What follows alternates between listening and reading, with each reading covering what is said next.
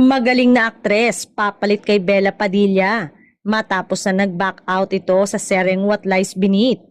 Inanunsyo ni Bella Padilla kamakailan na hindi na siya kasama sa pagparating na teleserye na What Lies Beneath.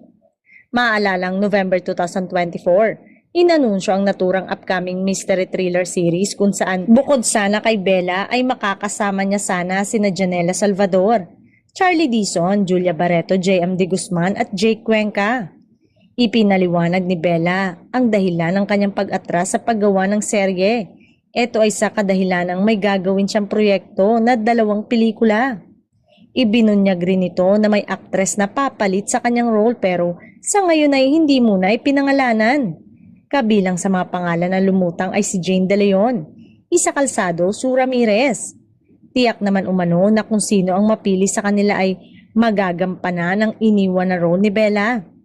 Marami din ang nanghinayang lalo pat sayang na araw-araw daw nilang napapanood si Bella sa telebisyon.